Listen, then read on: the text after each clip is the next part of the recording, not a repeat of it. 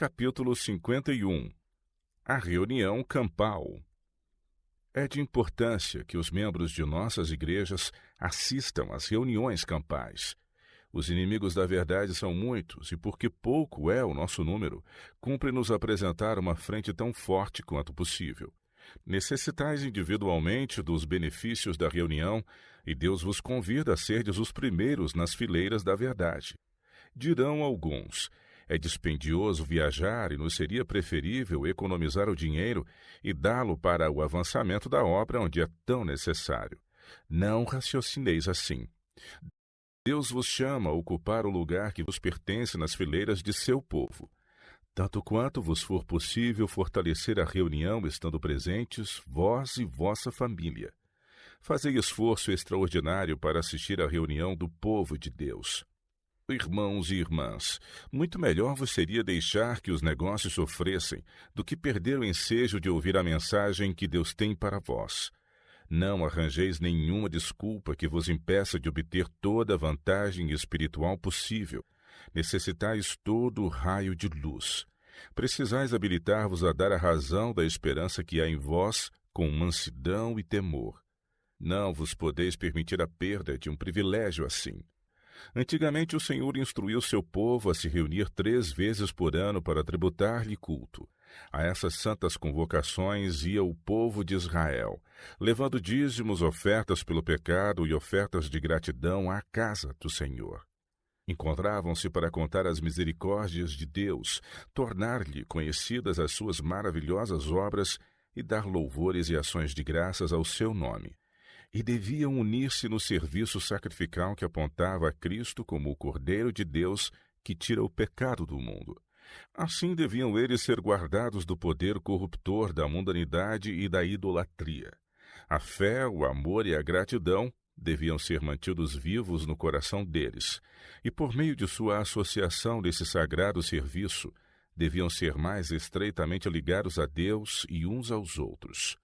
Nos dias de Cristo, essas festas eram assistidas por vastas multidões de gente de todas as terras. E houvessem elas sido conservadas como era a intenção do Senhor, no espírito do verdadeiro culto, e a luz da verdade poderia haver sido comunicada por meio deles a todas as nações do mundo. Para os que moravam distante do tabernáculo, mais de 1 mês de cada ano deve ter sido empregado em assistir a essas santas convocações. O Senhor viu que essas reuniões eram necessárias à vida espiritual de seu povo. Precisavam desviar-se de seus cuidados terrenos para comungar com Deus e contemplar as realidades invisíveis. Se os filhos de Israel necessitavam dessas santas convocações em seu tempo, quanto mais as necessitamos nós nos derradeiros dias de perigo e conflito. E se o povo do mundo então precisava da luz que Deus confiara à sua igreja, quanto mais dela necessitarão eles agora. O tempo atual é de molde a todos irem em socorro do Senhor contra os poderosos. Avigoram-se as forças do inimigo, e como um povo somos falsamente apresentados. Desejamos que o povo se relacione com nossas doutrinas e obra.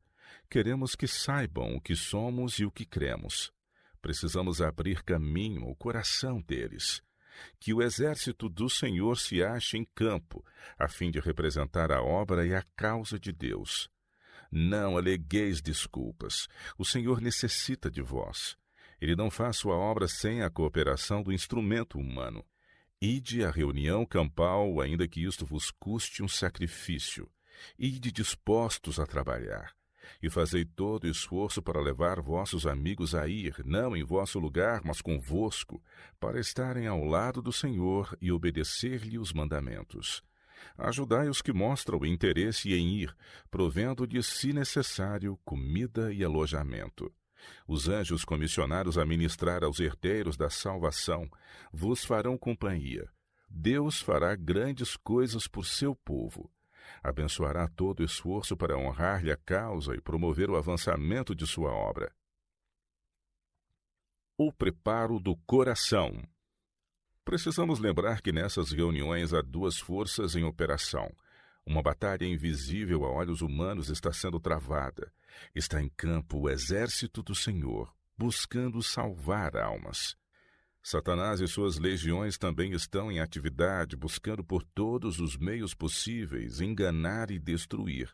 O Senhor ordena-nos: revesti-vos de toda a armadura de Deus, para que possais estar firmes contra as astutas ciladas do diabo. Porque não temos que lutar contra a carne e o sangue, mas sim contra os principados, contra as potestades, contra os príncipes das trevas deste século, contra as hostes espirituais da maldade nos lugares celestiais. Efésios capítulo 6, versos 11 e 12. Dia a dia prossegue a batalha. Se nossos olhos pudessem abrir para ver em operação os instrumentos bons e os maus, não haveria frivolidades e vaidades, nem gracejos e chocarrices. Se todos se revestissem de toda a armadura de Deus e combatessem varonilmente as batalhas do Senhor, obter-se-iam vitórias que fariam tremer o reino das trevas. Nenhum de nós deve ir à reunião campal confiando nos pastores ou nos obreiros bíblicos para torná-la uma bênção para nós. Deus não quer que seu povo dependa inteiramente dos pastores. Não quer que se enfraqueçam dependendo do auxílio de criaturas humanas. Não devem, como crianças impotentes, apoiar-se em outros. Como despenseiro da graça de Deus, todo membro de igreja deve sentir sua responsabilidade individual de ter vida e raiz em si mesmo. Cada um deve sentir que, em certa medida, o êxito da reunião depende dele. Não digais: não sou responsável. Nada terei a fazer nessa reunião. Se assim sentirdes, estáis dando a Satanás ensejo de operar por vosso intermédio. Encher-vos-á a mente com seus pensamentos, dando-vos alguma coisa que fazer em suas fileiras. Em vez de ajuntardes com Cristo, a vez de espalhar. O êxito da reunião depende da presença e do poder do Espírito Santo. Todo o que ama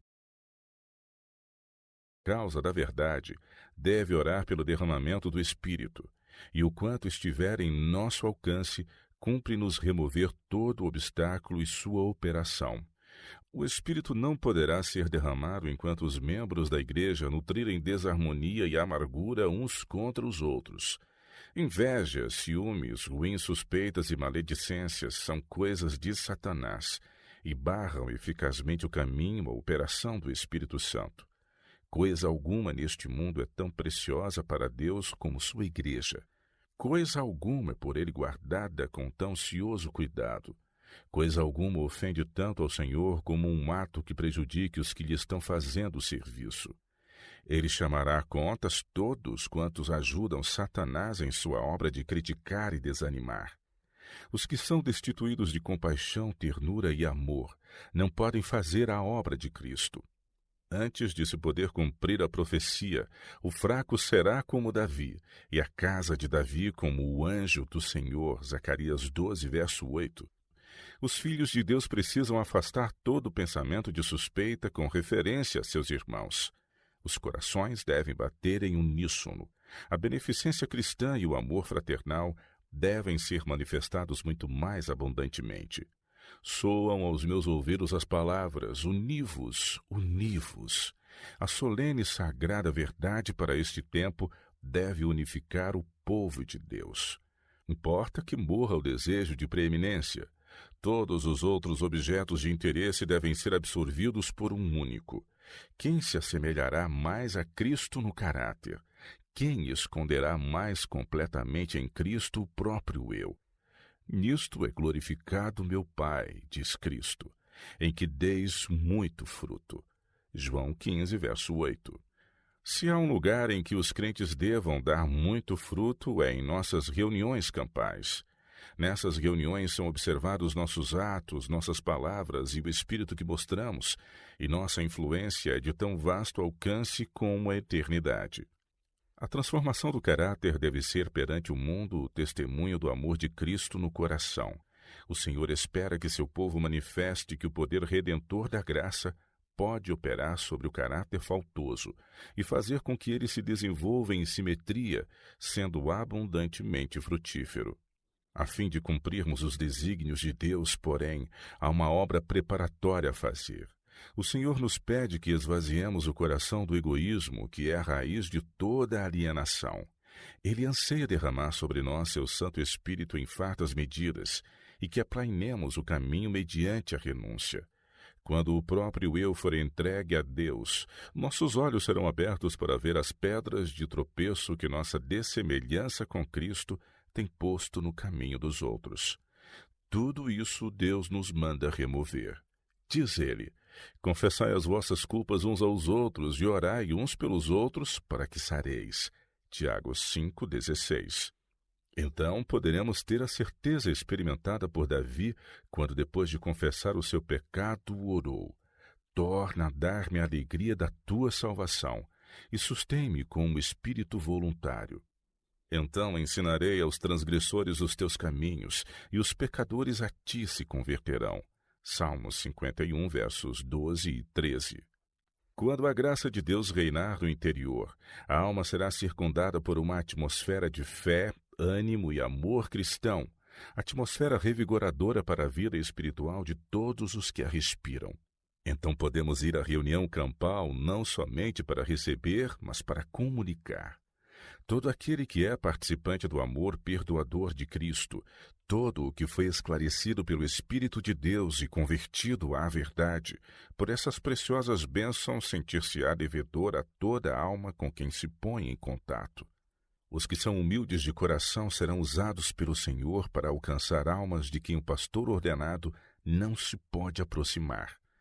Serão impulsionados a proferir palavras que revelam a salvadora graça de Cristo. E, beneficiando aos outros, serão eles próprios abençoados. Deus nos dá a oportunidade de comunicar graça, para que nos possa encher novamente de mais graça. A esperança e a fé se robustecerão à medida que o instrumento de Deus opera com os talentos e os recursos fornecidos por Ele. Terá uma instrumentalidade divina a cooperar com Ele. A obra dos pastores. Os presidentes de associação e os pastores devem dedicar-se aos interesses espirituais do povo e, portanto, serem dispensados do trabalho mecânico que acompanha as reuniões. Os pastores devem estar prontos para agir como mestres e guias na obra do acampamento quando a ocasião exija, mas não ser levados ao ponto de exaustão. Devem sentir-se refrigerados em animada disposição de espírito, pois isto é essencial ao máximo benefício da reunião. Devem ser capazes de proferir palavras de animação e coragem e lançar sementes de verdade espiritual no solo dos corações sinceros, de modo a brotarem e produzirem precioso fruto. Os pastores devem ensinar o povo a se aproximarem do Senhor e a conduzirem outros a Ele. Devem-se adotar métodos, delinear planos pelos quais a norma seja elevada e o povo seja ensinado quanto à maneira por que podem purificar da iniquidade e elevar-se pela adesão aos princípios puros e santos. Deve haver tempo para exame do coração, para a cultura da alma. Quando a mente está ocupada com assuntos de negócios, deve haver necessariamente carência de poder espiritual. A piedade pessoal, a verdadeira fé, a santidade do coração devem ser conservados diante do Espírito até que o povo compreenda sua importância. Precisamos possuir o poder de Deus em nossas reuniões campais. Do contrário, não nos será possível prevalecer sobre o inimigo das almas. Cristo diz: sem mim nada podeis fazer. Os que se ajuntam nessas reuniões campais devem ser impressionados com o fato de que o objetivo das mesmas é atingir a uma experiência cristã mais elevada, crescer no conhecimento de Deus, fortalecer-se com vigor espiritual, e a menos que isto compreendamos, as reuniões nos serão infrutíferas. Não pode haver influência mais prejudicial a uma reunião campal ou a qualquer outra reunião para culto religioso do que os muitos encontros e a conversa descuidosa de uns com os outros. Frequentemente, homens e mulheres se reúnem em grupos e empenham-se em conversa acerca de assuntos comuns que não se relacionam com a reunião. Alguns trouxeram consigo suas lavouras, outros sua casa, e estão a fazer planos para construções. Alguns dissecam o caráter de outros e não têm tempo ou disposição para esquadrinhar o próprio coração, para descobrir os defeitos do próprio caráter, a fim de corrigir-lhe os erros e aperfeiçoar a santidade no temor de Deus. Se todos quantos professam ser seguidores de Cristo aproveitassem o tempo fora das reuniões para conversar sobre a verdade, para deter-se na esperança do cristão, em examinar-se a si mesmos em fervorosa oração diante de Deus, rogando-lhe a bênção, muito maior seria a obra realizada do que já temos visto. Os incrédulos que acusam falsamente os que creem na verdade seriam convencidos por causa de sua boa conversação em Cristo.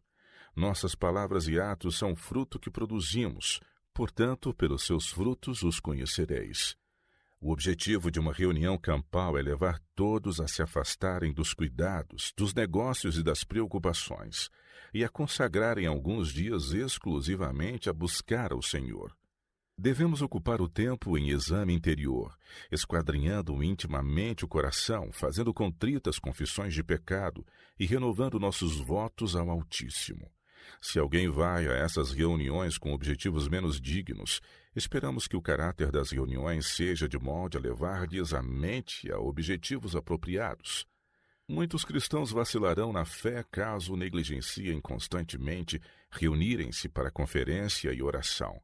Caso lhes fosse impossível fruir esses privilégios religiosos, então Deus enviaria diretamente luz do céu por meio de seus anjos, a fim de animar, alegrar e abençoar seu povo disperso.